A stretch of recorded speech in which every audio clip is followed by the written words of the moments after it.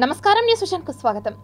Andhra Pradesh assembly స్పీకర్గా senior MLA మాజీ మంత్రి చింతకాయల అయ్యన్న పాత్రుడు ఎన్నికయ్యారు. అయ్యన్న పాత్రుడు ఏకగ్రీవంగా స్పీకర్గా ఎన్నికైనట్లు శాసనసభలో ప్రకటించారు protem speaker Gorantla Butchaiah Chowdary. AP 16వ అసెంబ్లీ స్పీకర్గా అయ్యన్న పాత్రుడు ఎన్నికయ్యారు. ఇక ఆ తర్వాత అయ్యన్న పాత్రుడిని CM Chandrababu, deputy CM Pawan Kalyan, మంత్రులు అచ్చెన్నాయుడు, సత్యకుమార్ యాదవ్ స్పీకర్ స్థానంలో కూర్చుండబెట్టారు. కాగా శుక్రవారం సాయంత్రం 5 గంటలకు స్పీకర్ ఎన్నికకు సంబంధించిన నామినేషన్ల ప్రక్రియ ముగిసిన సంగతి తెలిసిందే. కాగా కూటమి నేతలు అయ్యన్న పాత్రుడి తరపున నామినేషన్ దాఖలు చేశారు.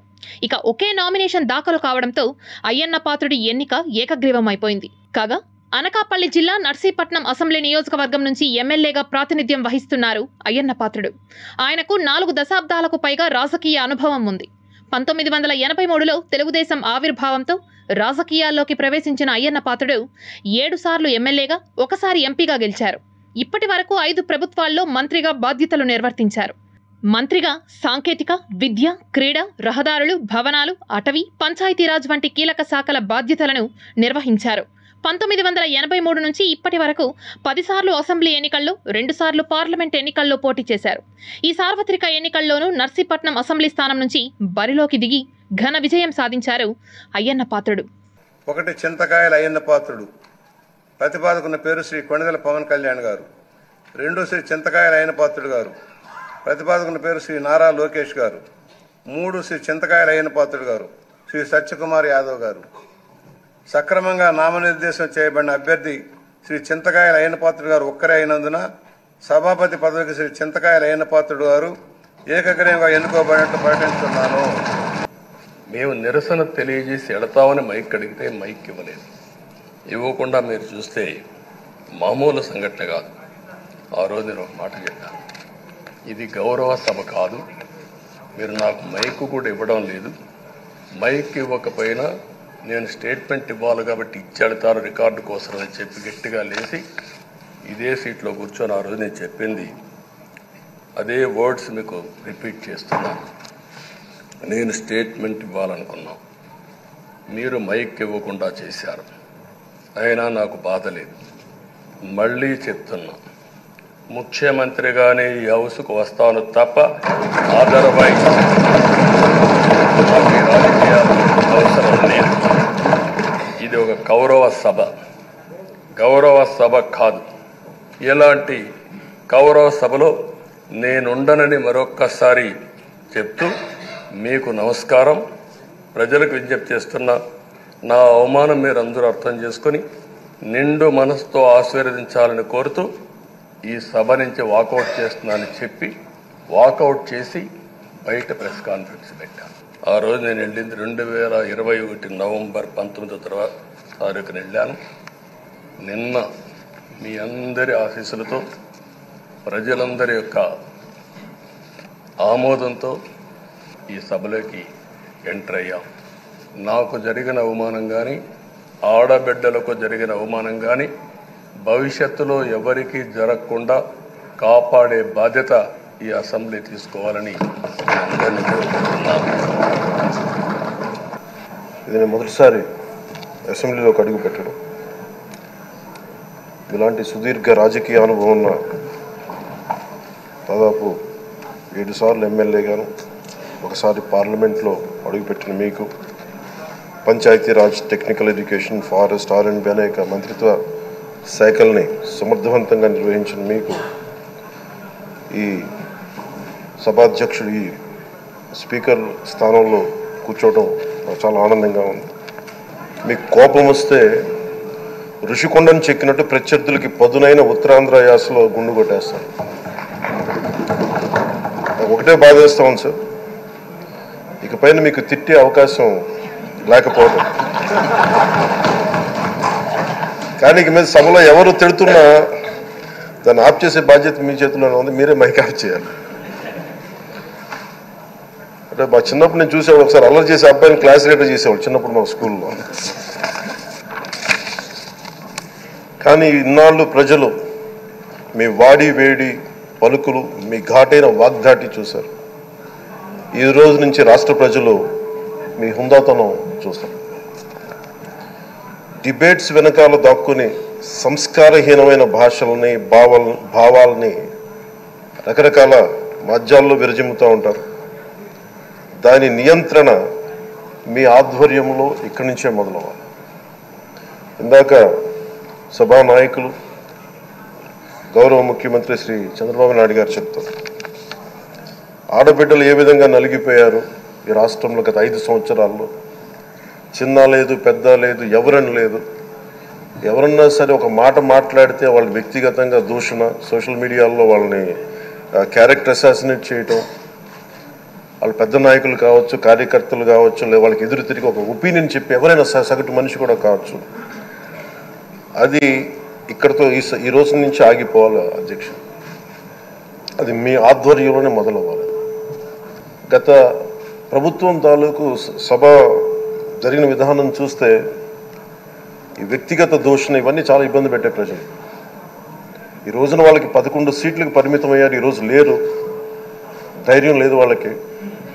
విజయాన్ని తీసుకోగలిగారు కానీ ఓటమిని కూడా ధైర్యంగా కూర్చుకునే వాళ్ళకి స్థాయి లేదు, వాళ్ళకి పారిపోయారు ఇక్కడి నుంచి.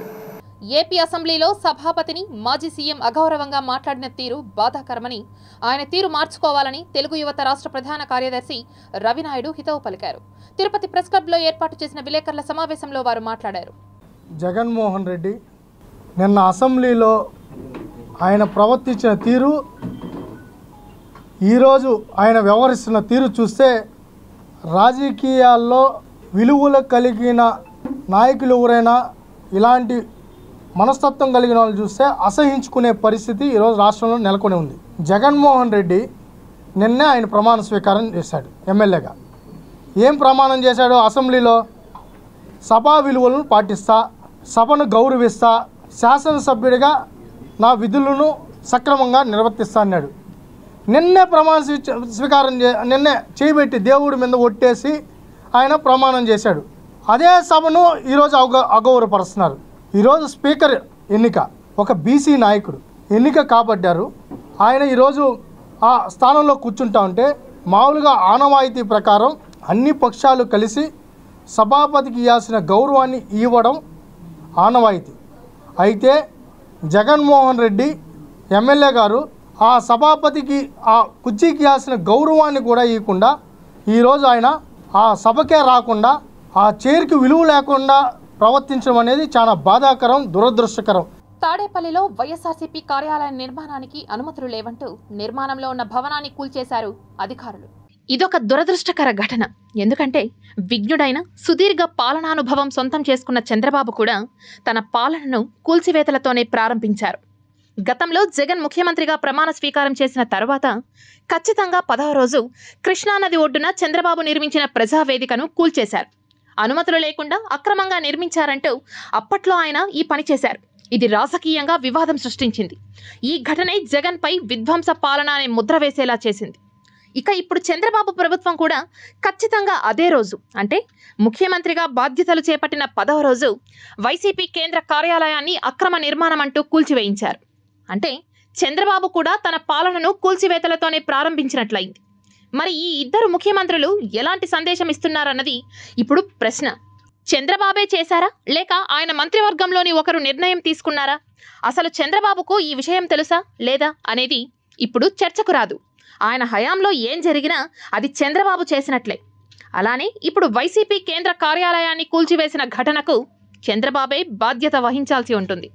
అది అక్రమ నిర్మాణమే అయినా ఆయన వివరణ కోరాల్సింది, లేదా అసెంబ్లీలోనే చర్చించాల్సింది. కానీ అలా చేయకుండా రాత్రికి రాత్రే నిర్మాణం కూల్చివేతకు ఆదేశాలు ఇవ్వడం చంద్రబాబు సీనియారిటీకి మచ్చగానే భావించాల్సి ఉంటుంది.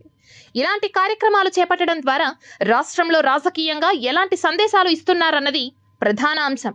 అంతేకాదు, రాజకీయంగా ఉద్రిక్తతలు పెంచి వాటిని పెంచి పోషిస్తే అంతిమంగా పార్టీల కార్యకర్తలు, నాయకులు ఇబ్బందులకు గురవుతారు. వారు వీరు అనే తేడా లేకుండా అందరూ కూడా ఇబ్బందుల బాటే పట్టాల్సి ఉంటుంది. చంద్రబాబు వచ్చారు, ఇక అంతా బాగుంటుంది అని అనుకుని 10 రోజులు కూడా కాకముందే పార్టీ కార్యాలయాన్ని కూల్చేయడం సమంజసం కాదనే వాదన బలంగా వినిపిస్తుండడం గమనార్హం. కేబినెట్ సమావేశానికి ముహూర్తం ఫిక్స్ అయింది. ఈ నెల 24న కేబినెట్ సమావేశం జరగనుంది. జూన్ 24 సోమవారం ఉదయం 10 గంటలకు తొలి కేబినెట్ సమావేశం నిర్వహించనుంది ఎన్డీఏ ప్రభుత్వం. ప్రభుత్వ ప్రాధాన్యతలపై దిశానిర్దేశం చేయనున్నారు సీఎం చంద్రబాబు. ఎన్నికల్లో ఇచ్చిన హామీల అమలు, రాజధాని, పోలవరం నిర్మాణాలపై తొలి కేబినెట్లో కీలక చర్చ జరగనుంది. మొత్తం 8 శాఖలపై శ్వేతపత్రాల విడుదలపై కేబినెట్లో నిర్ణయం తీసుకునే ఛాన్స్ ఉంది. ఆంధ్రప్రదేశ్ రాష్ట్ర ఆర్థిక పరిస్థితిపై ప్రత్యేక ప్రస్తావన రానుందని సమాచారం. ఇప్పటికే ఏపీకున్న అప్పులపై ప్రాథమిక సమాచారం తెప్పించుకుంది కొత్త ప్రభుత్వం. 14 లక్షల కోట్లకు పైగా ఏపీకి అప్పుల భారం ఉందని ప్రభుత్వానికి వచ్చిన సమాచారం. గత ప్రభుత్వంలో జరిగిన అవినీతి వ్యవహారాలపై విచారణ చేపట్టే అంశంపై కేబినెట్లో కీలక ప్రస్తావన చేసే అవకాశం ఉన్నట్లుగా వార్తలు వస్తున్నాయి. కాగా ప్రస్తుతం ఏపీ అసెంబ్లీ సమావేశాలు జరుగుతున్నాయి. తిరుమల శ్రీవారి ఆలయంలో గరుడ సేవ కనుల పండుగలా సాగింది. పౌర్ణమి సందర్భంగా గరుడ సేవను టీటీడీ నిర్వహించింది. రాత్రి 7 గంటలకు గరుడ వాహన సేవ ప్రారంభం కాగా సర్వాలంకార భూషితుడైన శ్రీ మలయప్ప స్వామివారు గరుడినిపై కొలువుతీరి ఆలయ 4 మాడవీధుల్లో విహరించి భక్తులను కటాక్షించారు. పౌరాణిక నేపథ్యంలో 108 వైష్ణవ దివ్య దేశాల్లోనూ గరుడ సేవ అత్యంత ప్రాముఖ్యతను సంతరించుకుంది. గరుడ వాహనం ద్వారా స్వామివారు దాసానుదాస ప్రపత్తికి తాను దాసుడని తెలియజేస్తారని పండితులు తెలిపారు. అంతేగాక జ్ఞాన వైరాగ్య ప్రాప్తి కోరే మానవులు జ్ఞాన వైరాగ్య రూపాలైన రెక్కలతో విహరించే గరుడిని దర్శిస్తే సర్వ పాపాలు తొలగుతాయని భక్తకోటి విశ్వాసమని పేర్కొన్నారు.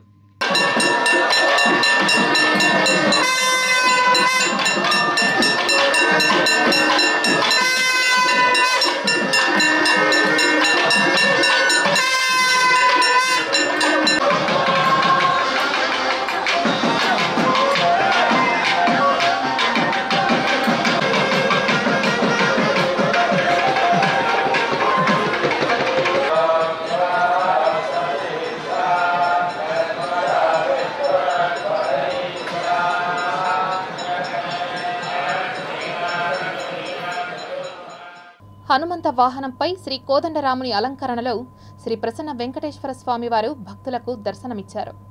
అప్పలాయగుంట శ్రీ ప్రసన్న వెంకటేశ్వర స్వామివారి వార్షిక బ్రహ్మోత్సవాల్లో శనివారం ఉదయం 7 గంటలకు హనుమంత వాహనంపై కోదండరాముని అలంకరణలో స్వామివారు దర్శనమిచ్చారు.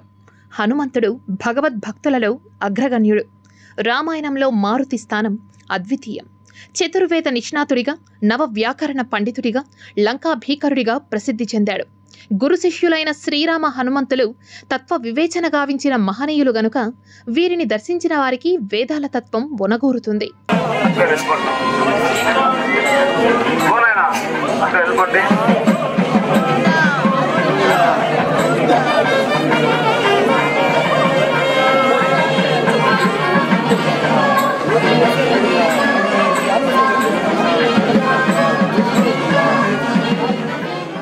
తిరుపతి జిల్లాలో జరుగుతున్న అక్రమ ఇసుక రవాణాను అరికట్టే విషయంలో స్పెషల్ ఎన్ఫోర్స్మెంట్ బ్యూరో అధికారులు నిర్లక్ష్యంగా వ్యవహరిస్తున్నారన్న ఆరోపణలు తీవ్రంగా వినిపిస్తున్నాయి. తిరుపతి జిల్లాలోని స్వర్ణముఖి నది నుంచి కొంతమంది దుండగులు అక్రమంగా ఇసుకను తరలిస్తున్నారు. ఇది యథేచ్ఛగా జరుగుతోంది. అప్పుడప్పుడు పోలీసులు, రెవెన్యూ అధికారులు వాటిని అరికట్టే విషయంలో చర్యలు తీసుకుంటున్నారు. కానీ ఇలాంటి వాటి కోసమే ఏర్పాటైన స్పెషల్ ఎన్ఫోర్స్మెంట్ బ్యూరో అధికారులు మాత్రం నిమ్మకు నీరెత్తినట్లు ఉంటున్నారు. ఎవరైనా సమాచారం ఇచ్చినా సరిగ్గా పట్టించుకోవడం లేదని, రెవెన్యూ అధికారులతోనూ పోలీస్ అధికారులతోనూ సమన్వయం చేసుకోవడం లేదని తెలుస్తోంది. ఇలా అయితే ఇక ఆ డిపార్ట్మెంట్ ఉండడం వల్ల ప్రభుత్వానికి వనగూరే ప్రయోజనం ఏమిటి అన్న ప్రశ్న కూడా తలెత్తుతోంది.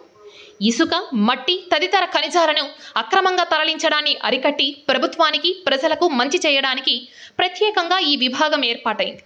అయినా కానీ తమ లక్ష్యాన్ని చేరుకోవడంలో ఆ విభాగం పూర్తిగా విఫలమైందన్న ఆరోపణలు వినిపిస్తున్నాయి.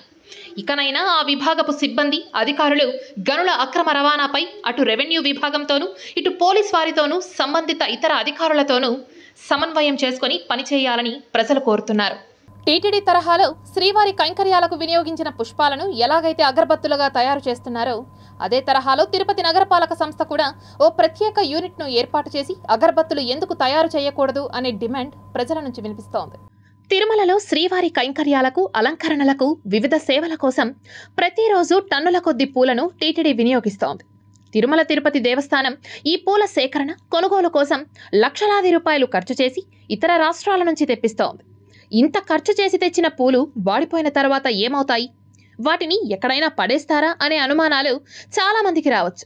కానీ తిరుమలలో వాడి పడేసిన పూలన్నీ పూజగదిలో సువాసనలు వెదజల్లే అగరబత్తీలుగా మారుతాయి.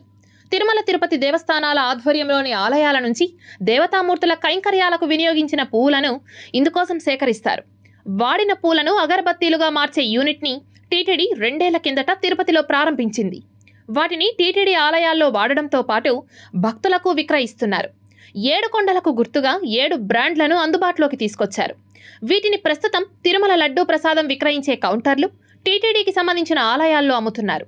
అదే తరహాలో తిరుపతి కార్పొరేషన్ కూడా నగరంలోని వందల సంఖ్యలో ఉన్న పూల దుకాణాల నుంచి వాడిపోయిన పూలను సేకరించి ప్రజలకు ఉపయోగకరమైన వస్తువులను తయారు చేస్తే ఎంతో ఉపయోగకరంగా ఉంటుందనే అభిప్రాయం ప్రజల నుంచి వినిపిస్తోంది.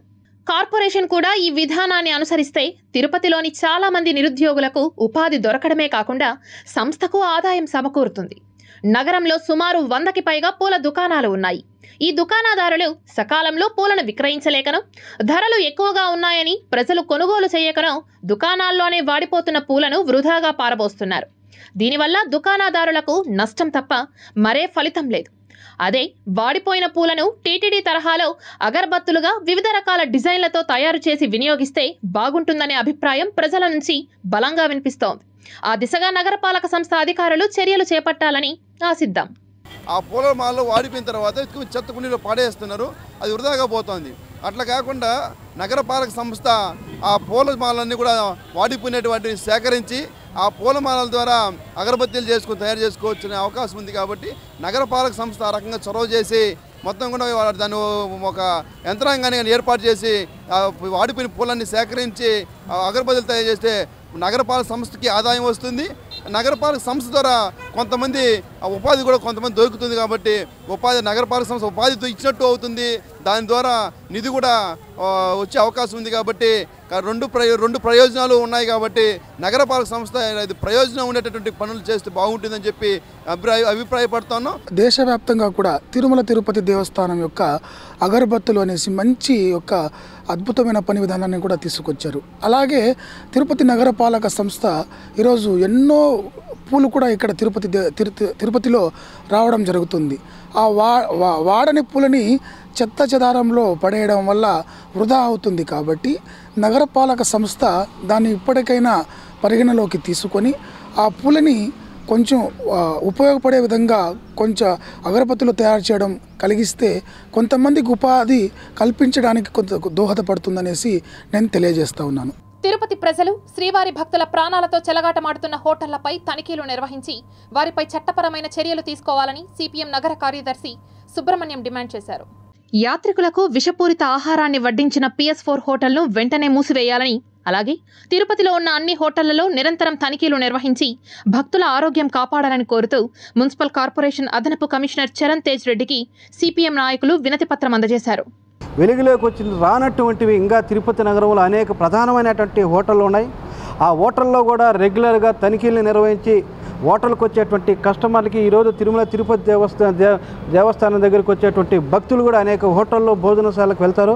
అటువంటి హోటల్కి వెళ్ళేటువంటి నాణ్యతమైనటువంటి భోజనం వడ్డించాలా అనేటువంటి పరిస్థితి వాళ్ళకి కల్పించాలా.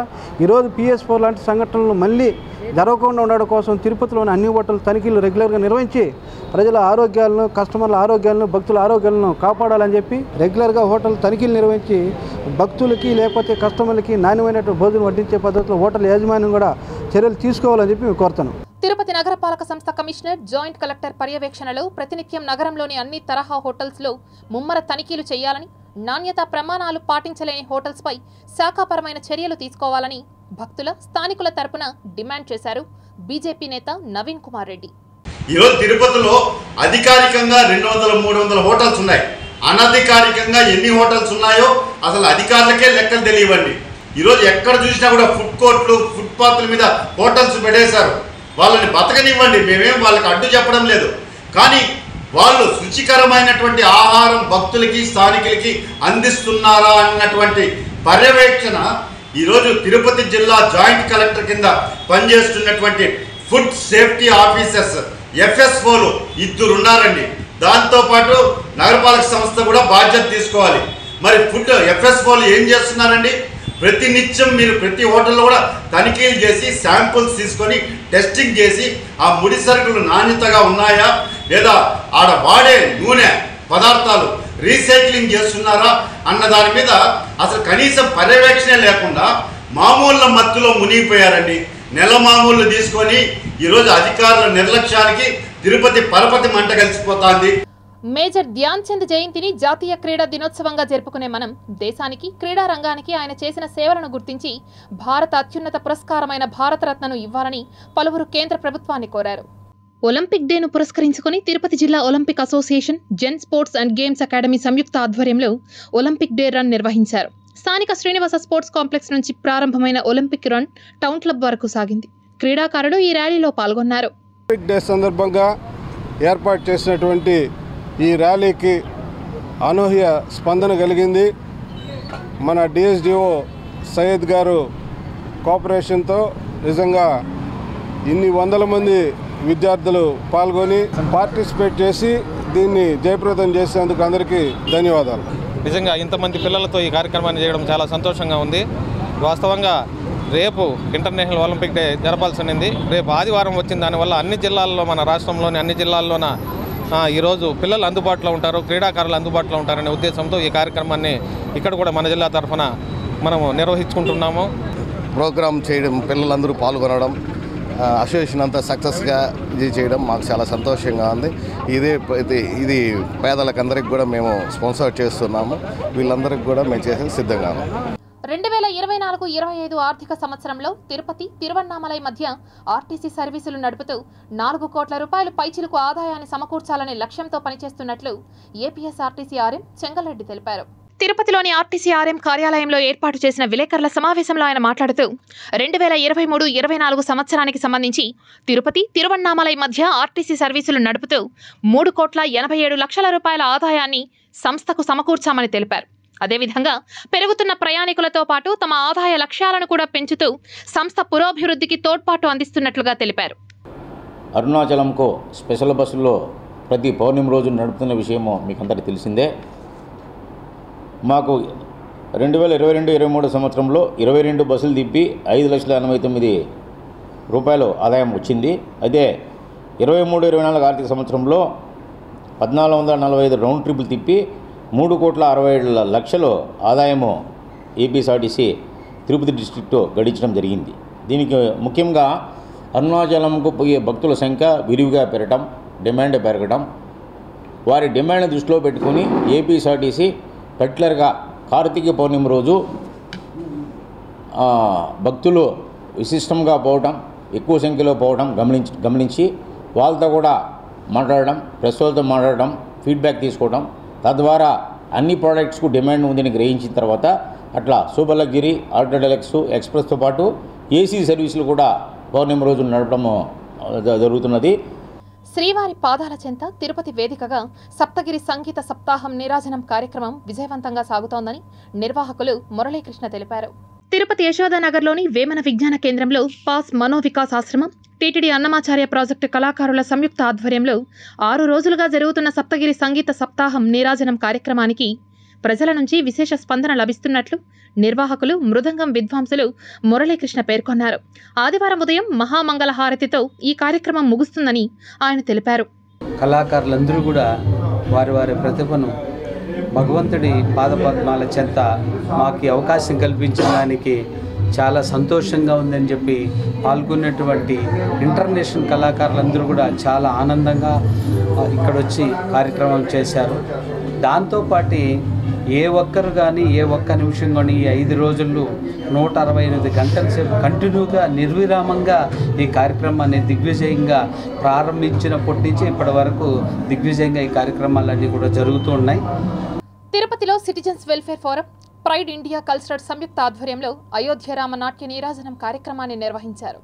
తిరుపతి మహతి కళాక్షేత్రంలో citizens welfare forum, pride India culture సంయుక్త ఆధ్వర్యంలో 2 రోజుల పాటు జరిగే అయోధ్య రామ నాట్య నీరాజనం కార్యక్రమం శనివారం ప్రారంభమైంది.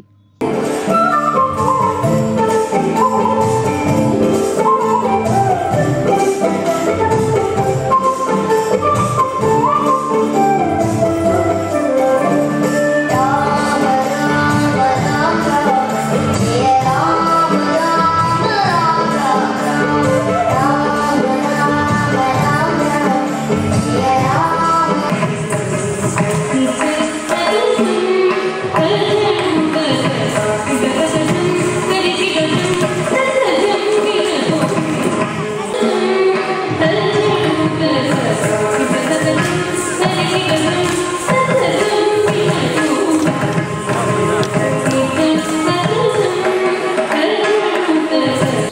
ఎంతోమంది దేశవ్యాప్తంగా అన్ని రాష్ట్రాల నుంచి పేరుగాంచినటువంటి నాట్య కళాకారులను ఆహ్వానించి ఈనాడు వారికి అయోధ్య రామ అవార్డ్ ఆఫ్ ఎక్సలెన్స్తో సత్కరించి వారి యొక్క ప్రతిభకు పట్టాభిషేకం చేసే విధంగా పెద్దలు గురువులు వారి యొక్క అమూల్యమైన సలహాలతో రేపటి తరాలకు మన సంస్కృతి పట్ల అవగాహన కలగాలని, భారతీయ శాస్త్రీయ నృత్యాల పట్ల మక్కువ పెరగాలని, దేశంలోనే కాకుండా ఇతర దేశాల్లో కూడా మన భారతదేశ శాస్త్రీయ నృత్యాలకు మంచి గుర్తింపు ఉన్నది కాబట్టి దీని పట్ల అందరికీ అవగాహన కలగాలని ఒక సదుద్దేశంతో ఇటువంటి కార్యక్రమాలను మన సంస్థ ద్వారా చేపట్టి ఈనాడు మీ ముందుకు అయోధ్య రామ నాట్య నీరాజనం పేరుతో మీ ముందుకు విచ్చేస్తున్నాం.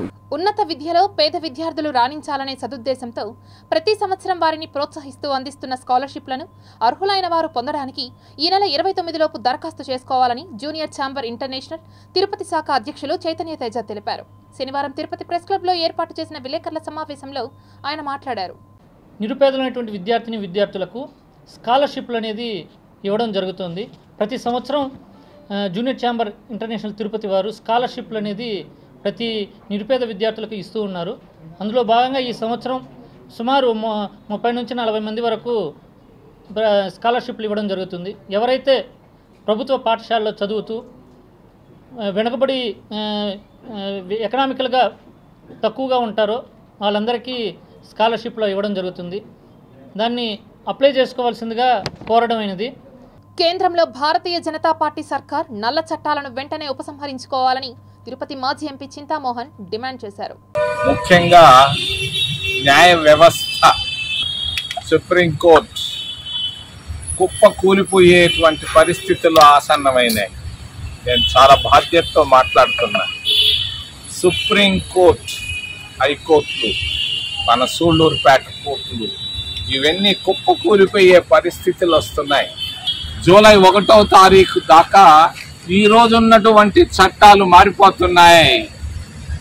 ఒక మర్డర్ కేసులో ఒకరు కానీ వాళ్ళకి సెక్షన్ 302 ఉంటుంది.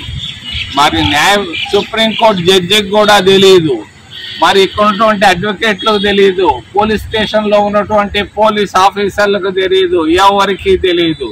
మర్డర్ చేస్తే ఏ చట్ట ప్రకారంగా వాళ్ళకి శిక్ష వేయాలి, క్రితంలో వేసినటువంటి శిక్షలు అది ఏ చట్టం ప్రకారంగా అది వాళ్ళకి శిక్ష పడాలి. ఎవరికి తెలియనటువంటి తెలివి తక్కువ. మరి ఒకే ఒక్క మాటలో చెప్పాలంటే మరి మోడీ పరిపాలన ఒక తుగ్లక్ పరిపాలన లాగా తయారైపోయింది. చిత్తూరు నగర శివార్లలోని గంగసాగరంలోని అనుప్పళ్ళై సొసైటీ భవనాన్ని, వైసీపీ భవనాన్ని వెంటనే ఖాళీ చేయాలని టీడీపీ నాయకులు డిమాండ్ చేశారు. శనివారం చిత్తూరు ప్రెస్ క్లబ్లో టీడీపీ నాయకులు నీరజాక్షులు నాయుడు, మధు, హేమచంద్ర తదితరులు మీడియాతో మాట్లాడారు. సింగిల్ విండో భవనాన్ని వైసీపీ నేతలు ఆక్రమించడం తగదని అన్నారు. సింగిల్ విండోకు వచ్చిన సబ్సిడీ, వేరుశనగ విత్తనాలు దుర్వినియోగం చేశారని ఆరోపించారు. సింగిల్ విండో భవనాన్ని ఖాళీ చేయాలని కోరుతూ సోమవారం ఉదయం పెద్ద ఎత్తున ధర్నా చేస్తామని వెల్లడించారు. ఈ మీడియా సమావేశంలో టీడీపీ నాయకులు గంగినాయుడు తదితరులు పాల్గొన్నారు. జూన్ 29 నుంచి అమర్నాథ్ యాత్ర ప్రారంభం కానుంది. ఆగస్టు 19 వరకు కొనసాగుతుంది. కొండపై ఉన్న ఈ మంచుతో కప్పబడిన శివలింగ గుహను సందర్శించడానికి ప్రతి సంవత్సరం లక్షలాది మంది భక్తులు అమర్నాథ్కు తరలివస్తారు. ఇది కష్టతరమైన, ప్రమాదకరమైన పర్వత రహదారి అయినప్పటికీ మహాదేవుడు వెలసిన ఈ పవిత్ర పుణ్యక్షేత్రానికి అన్ని వయసుల భక్తులు తరలివస్తారు. హిందువుల పుణ్యక్షేత్రాలలో అత్యంత ప్రసిద్ధి చెందింది ఈ క్షేత్రం. కాశ్మీర్లో ఉన్న అమర్నాథ్ ఏడాదికి 2 సార్లు మాత్రమే భక్తుల దర్శనార్థం తెరవబడుతుంది. ఈ సమయంలోనే భారతదేశంలో వివిధ ప్రాంతాల నుంచి వేలాది మంది యాత్రికులు అమర్నాథ్ శివలింగ దర్శనానికి వస్తూ ఉంటారు. ఈ నెలలో కూడా అమర్నాథ్ యాత్ర ప్రారంభం కానుంది. అమర్నాథ్ యాత్రకు సంబంధించిన రిజిస్ట్రేషన్లు ఇప్పటికే ప్రారంభమయ్యాయి. అమర్నాథ్ యాత్ర ప్రారంభానికి మరికొద్ది రోజులు మాత్రమే మిగిలి ఉంది. అంతా సవ్యంగా జరిగితే జూన్ 29 నుంచి ఫీజ్ బార్ లాగా అమర్నాథ్ యాత్ర ప్రారంభించవచ్చు. ఇది వరుసగా 52 రోజులు అంటే ఆగస్టు 19 వరకు కొనసాగుతుంది. చాలా మంది భక్తులు రిమోట్ మార్గం ద్వారా అమర్నాథ్కు చేరుకోవడానికి హెలికాప్టర్ను బుక్ చేసుకుంటున్నారు. హెలికాప్టర్లో అమర్నాథ్కు చేరుకోవడానికి ముందుగానే టికెట్లు బుక్ చేసుకోవాలి. అమర్నాథ్ చేరుకోవడానికి ఆన్లైన్లో హెలికాప్టర్ బుకింగ్ ప్రక్రియ ఇప్పటికే ప్రారంభమైంది. కెన్యా ప్రభుత్వం కాకులపై యుద్ధం ప్రకటించింది. 10 లక్షల భారతీయ కాకులను చంపాలని ప్లాన్ చేసింది. అసలు కెన్యా ప్రభుత్వం కాకులపై ఎందుకంత కక్ష కట్టింది? కాకులతో కెన్యాకు వచ్చిన కష్టమేంటి? కాకులు చేసిన నష్టమేంటి? ఇదే ఇప్పుడు సంచలనంగా మారింది. కాకులతో కయ్యానికి దిగింది కెన్యా ప్రభుత్వం. భారతదేశం నుంచి పెద్ద ఎత్తున వచ్చి తమ దేశ పర్యావరణం పరిశ్రమలను దెబ్బతీస్తున్నాయంటూ కాకులపై కన్నెర్ర చేసింది. దేశంలోకి కాకి అరుపులే లేకుండా చేయాలని గత కొన్నేళ్లుగా ప్రయత్నిస్తున్నా విఫలమవుతున్న కెన్యా ప్రభుత్వం ఈసారి పగడ్బందీగా ప్లాన్ చేసింది. సుమారు 10 లక్షల కాకులను అంతమొందించేందుకు పథకం ప్రకారం ముందుకెళ్తోంది. భారతదేశం నుంచి వెళ్లిన కాకుల సంఖ్య కెన్యాలో క్రమంగా పెరిగిపోయింది. దీంతో కెన్యాలో ఎక్కడ చూసినా కాకులే కనిపిస్తుండడం, అవి మరింత దూకుడుగా వ్యవహరించడంతో కెన్యా ప్రజలు తీవ్ర ఇబ్బందులు ఎదుర్కొంటున్నారు. అంతేకాదు, ఆహారాన్ని దొంగలించడం, పంట నష్టం కలిగించడం, స్థానిక పక్షులను వేటాడడం వంటి చాలా కారణాలతో అసలు కాకులే లేకుండా చేయాలని భావిస్తోంది కెన్యా ప్రభుత్వం. అందులో భాగంగానే కాకులను వేటాడుతోంది.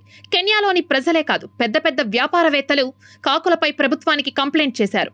తాము నెలకొల్పిన పరిశ్రమలను కాకులు దెబ్బతీస్తున్నాయని ఆగ్రహం వ్యక్తం చేశారు. గుంపులు గుంపులుగా తమ వ్యాపార ప్రాంగణంలోకి వచ్చి తయారు చేసిన వస్తువులను సర్వనాశనం చేస్తున్నాయని ఆవేదన వ్యక్తం చేశారు. మరోవైపు పర్యావరణ ప్రేమికులు కూడా కాకులు లేకుండా చేయాలని డిమాండ్ చేశారు. భారతీయ కాకులతో పర్యావరణం పూర్తిగా దెబ్బతింటోందని వారు మండిపడుతున్నారు. అంతేకాదు, భారత కాకుల కారణంగా కెన్యాలోని సముద్ర ప్రాంతాల్లో ఉండే చిన్న స్థానిక పక్షుల సంఖ్య బాగా తగ్గిపోయిందంటున్నారు. భారత కాకులు పక్షుల గూళ్లు, వాటి గుడ్లు, పిల్లలను తింటున్నాయని ఆవేదన వ్యక్తం చేస్తున్నారు. భారత కాకులు లేకుంటేనే కెన్యాలో కీటకాలు, ఇతర చిన్న జీవులు సమృద్ధిగా పెరుగుతాయని భావిస్తున్నారు. మొత్తంగా కాకులపై ఫైట్ మొదలుపెట్టిన కెన్యా ప్రభుత్వం ఈసారైనా అనుకున్న పని కంప్లీట్ చేస్తుందా? ఏ ఒక్క కాకి ఉండదన్న టార్గెట్ను ఫినిష్ చేస్తుందా? చూద్దాం ఏం జరుగుతుందో. Tirupati gold jewellery and silver merchants association సమాచారం మేరకు తిరుపతి లోకల్ బులియన్ మార్కెట్లో బంగారం, వెండి ధరలు ఇలా ఉంటాయి. 24 క్యారెట్ల అపరంజి బంగారం 10 గ్రాముల ధర 73,970 రూపాయలు. 22 క్యారెట్ల బంగారం 1 గ్రాము ధర 6,625 రూపాయలు. వెండి 1 కేజీ ధర 91,300 రూపాయలు. రీటైల్ వెండి 1 గ్రాము ధర 93 రూపాయల 30 పైసలుగా ఉంటుంది. ఈ వార్తలు ఇంతటితో సమాప్తం. సమగ్ర సమాచారంతో న్యూస్ విజన్లో మళ్ళీ కలుద్దాం. అంతవరకు సెలవు. నమస్కారం.